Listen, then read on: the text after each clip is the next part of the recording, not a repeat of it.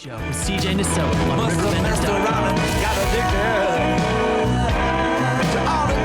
Welcome back to this Friday morning in the heart of the 618 as this morning show keeps rolling on by on this third day of November. We just talked to Angela and now we get Drew, who will be performing at the downtown location for Grafton Winery, correct, right after the Sippin' Sign.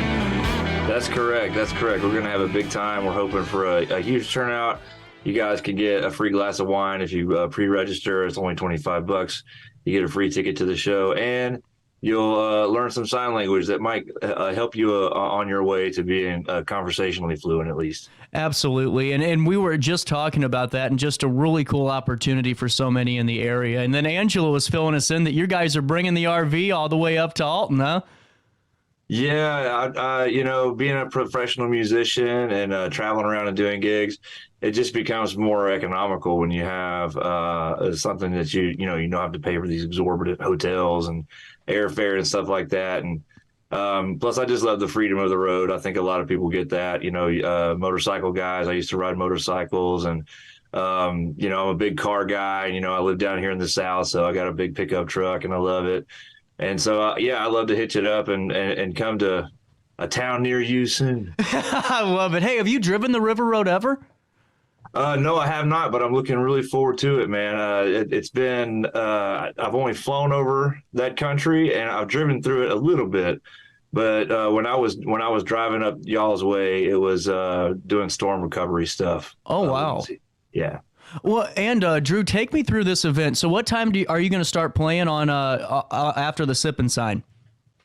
Okay, so the Sippin' Sign will start on Saturday, November 18th from 2 to 4 o'clock. I would suggest getting there just a little bit early just so we can get everybody situated and seated, and then obviously we want to get your free wine ticket, and so we can get that going.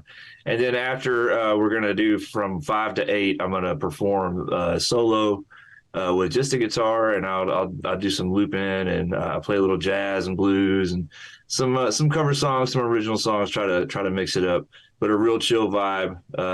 Nothing too in your face, Well, and take me through your background a little bit, man. So, how'd you get into music? Was this just a part of your life from the early on stages, or was this something that you found a passion for and a love for? Well, if you talk to my mom, she would tell you that I learned how to sing way before I learned how to talk.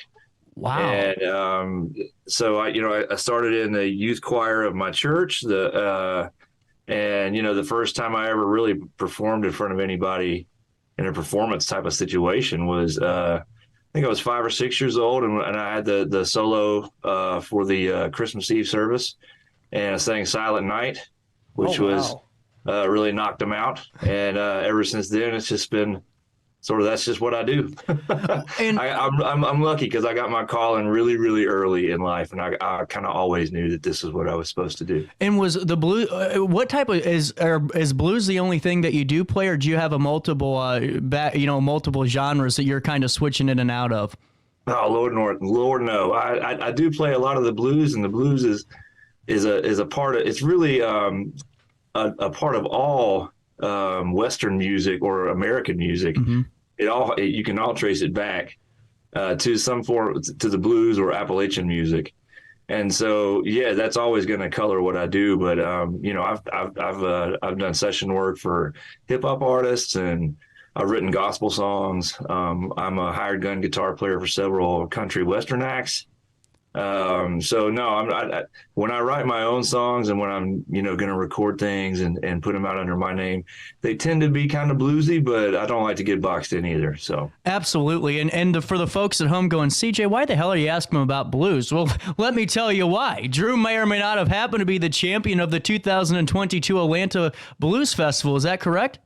Yeah, I've been a longtime member of the Atlanta Blues Society, and there's a bunch of really great blues societies up y'all's way. If you're interested in learning more about the blues in your neck of the woods, just put in the biggest city around you, and then Blues Society, and chances are there's going to be an affiliated blues society there, and their sole purpose is to keep the blues alive and to promote blues clubs and local blues bands.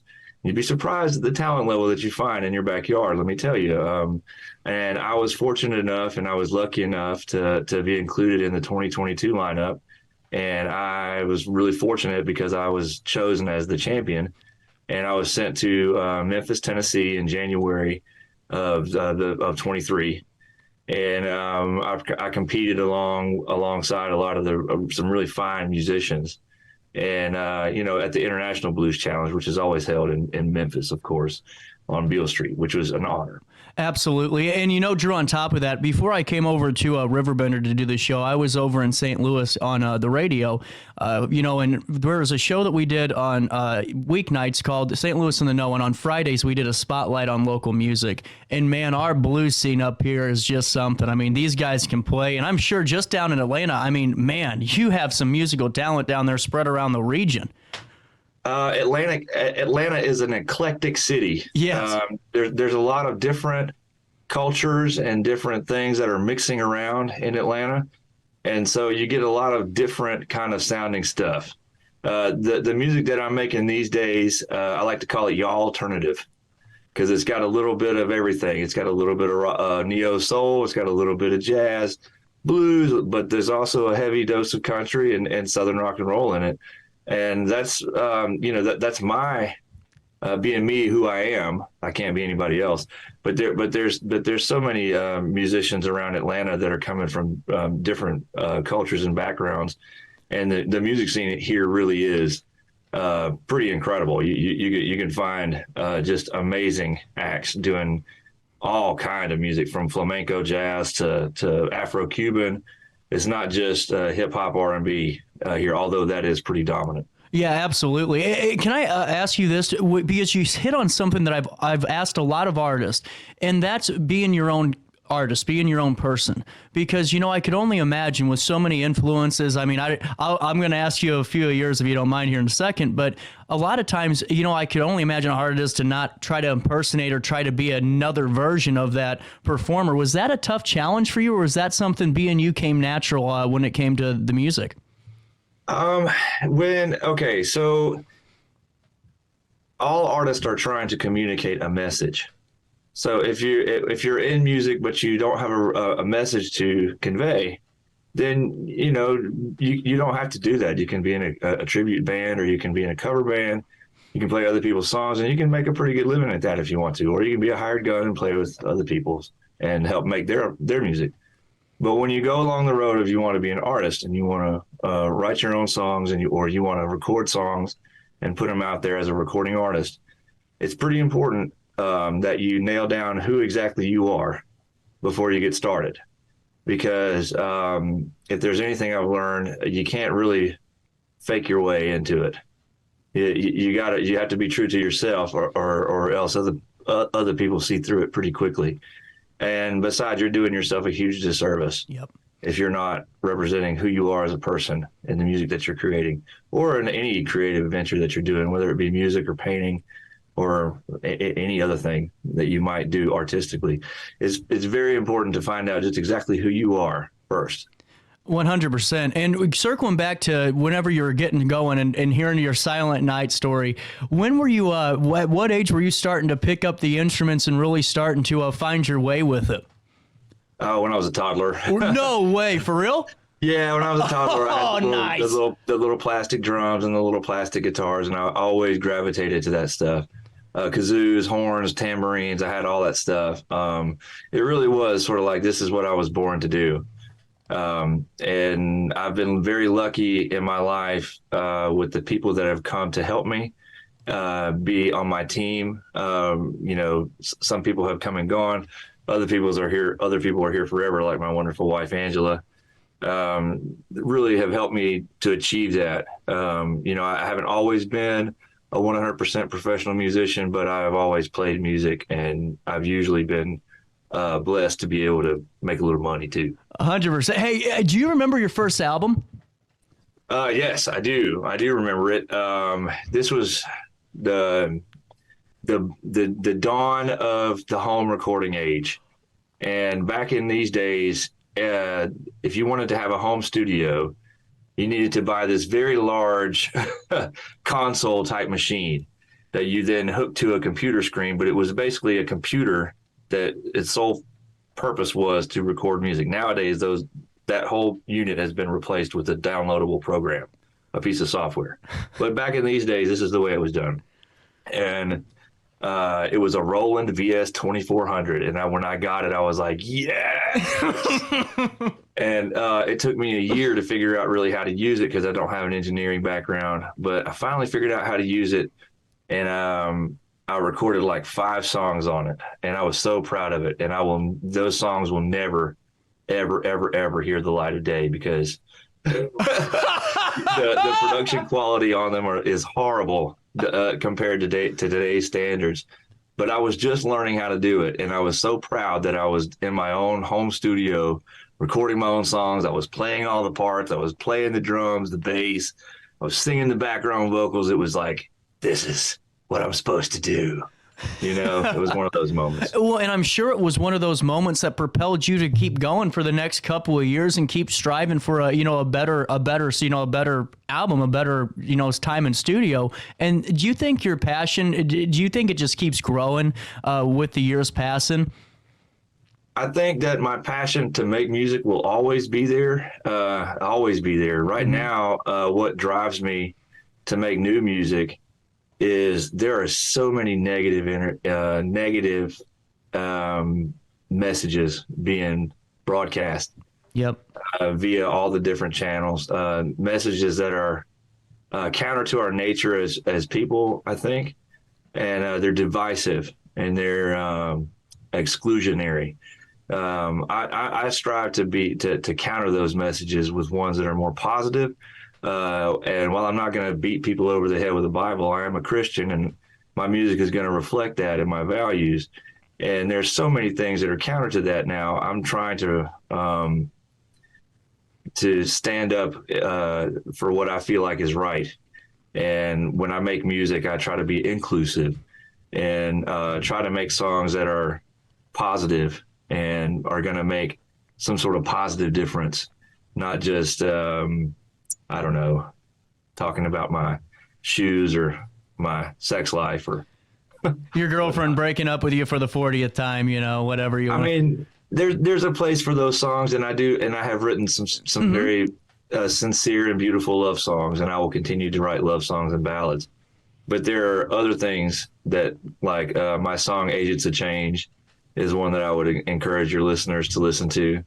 I'm not a political man. I don't belong to a political party, but I do not appreciate or I can't get down with the political division that both of those parties are playing on the games that they're playing with all of us. I just can't get down with it. Yeah. So that was my answer, I guess. That's really cool. Growing up, Drew, what were you listening to? What were your CDs looking like? Was it because to me, I just talking to you for a couple of minutes, if I can guess, just because I like to have fun with this. I think you had a variety of music all the way from multiple genres. Am I pretty accurate there? Okay. So my parents had an amazing vinyl collection and then CD and tape collection because that was what was going on when I was coming up. Actually, one of the first times I really got in trouble with my parents is, do you remember Columbia House?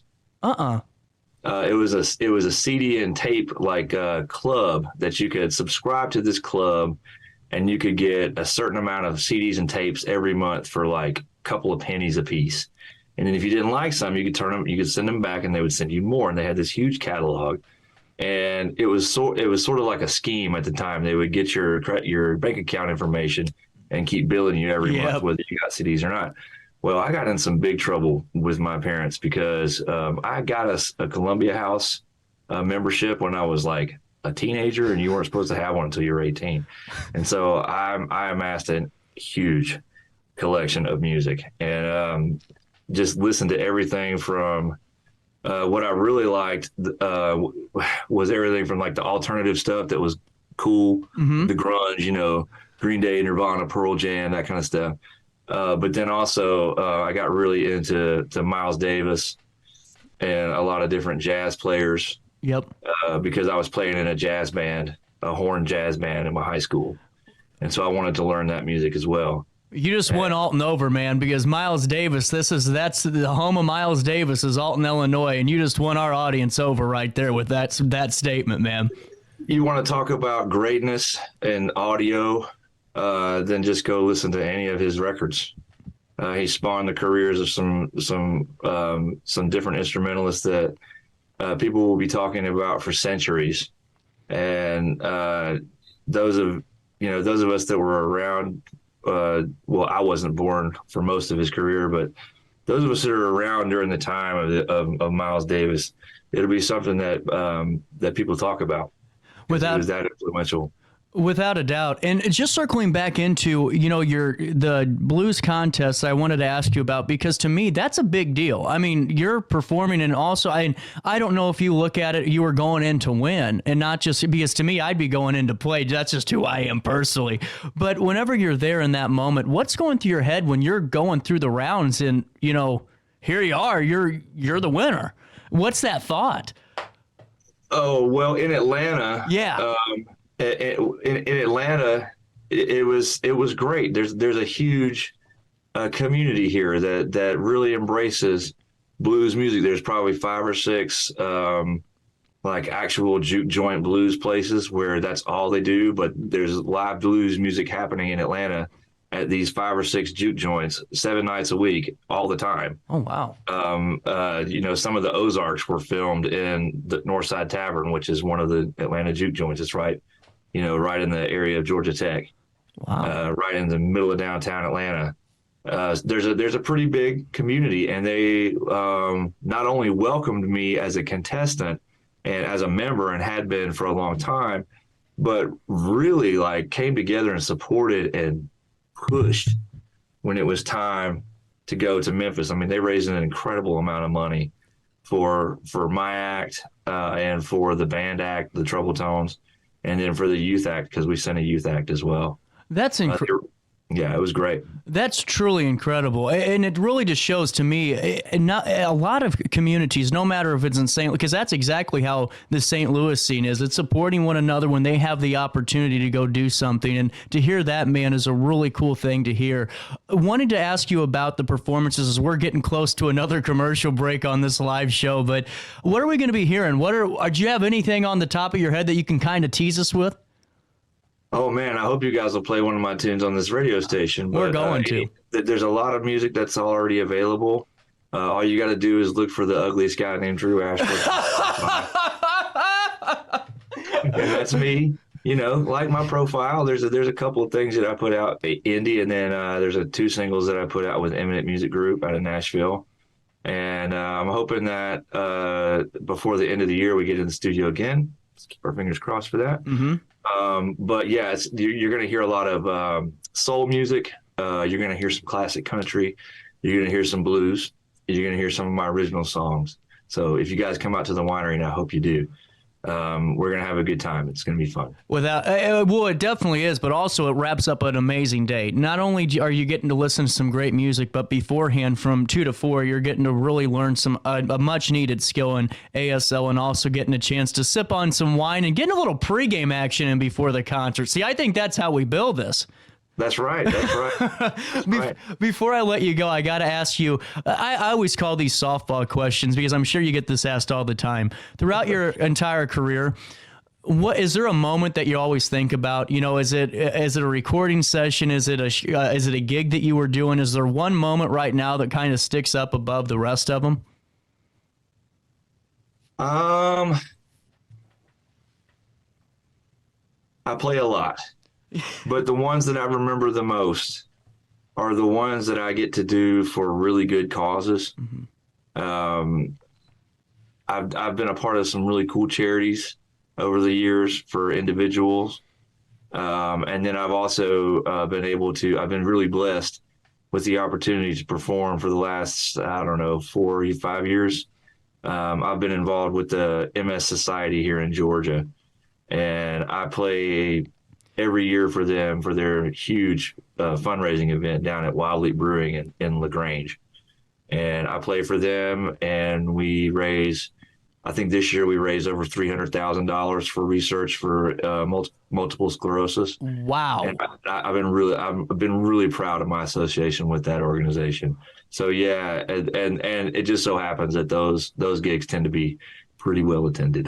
100%. And hats off to you, because, just to hear that is really cool. And it gives our audience and myself a little bit more of who Drew Ashworth is as a person. And I think that always is really nice to know before you head to a gig, or when you're wanting to learn about a new or new artist that maybe we haven't heard of before. And I'm sure just because we have a lot of blues lovers and a lot of soul, we have a lot of great music listeners in this town that I'm sure a few of us have already listened to your songs. But, man, just for you doing that and just hearing some of the way that you're talking about music today is really cool. And it just assures me we're going to have a great concert right after that sip and sign. And it's really cool. And I'm looking forward to it. Yeah, I would encourage everybody to bring the family. The event is going to be 100% PG-13, prizes, games, merchandise available. I think a lot of the proceeds of our merchandise sales for that day are going to go to the I Love Learning ASL Scholarship Fund. So to help some disadvantaged people in our community that might need some help paying for some ASL lessons. Everything's kid friendly. We're going to include a glass of wine with your registration. You can do that at ilovelearningasl.com, and then stick around because we're gonna have a good time 5 to 8 o'clock. I'm gonna bring the vibes. And then, Drew, what's the best way for all of us to follow along with your journey and career at home? Absolutely. Drewashworth.com. I pay good money for that website, so I hope you guys will check it out. I know a company that can lower that hosting fee. Oh man, come on. I'm all about that. We're here for you. I'm a businessman for sure. I'm always looking for ways to lower my costs. But yeah, drewashworth.com, and then my social media tags on all my social media is at Drew Ashworth Music, man. Give me a like and follow. Sure, would appreciate it. Quick question for you. Who's the best blues player of all time? That would be that's a tough one. If you talk about, it would have to be one of the three kings. I would lean heavily on BB, just because he's probably the most well-known outside of the blues circle. Everybody knows who BB King is. Right. There's a street named after him, in almost every city. The man, from the time he was in his late 40s until he died, he played 200 dates a year. Wow. And I want you to think about that. There are 52 weeks in a year, and this man played 200 dates a year after the age of 40 until he died. That's why they call him the king. Yeah. So make no mistake about it. You got to put some respect on BB King's name. Without a doubt. You know what? That's how I know you're knowledgeable, because right when I asked that, I saw the gears turning. I thought you were going to ask me what time period are we talking about here. It's really cool to have you on, and the best of luck and safe travels getting into town as well. Oh, thank you. And God bless you and your audience, you guys. We'll hope to see you soon. And we definitely will, Drew. Thank you so much for your time. Bye-bye now. We'll take a quick one. Friday morning continues after this break on RiverBender.com.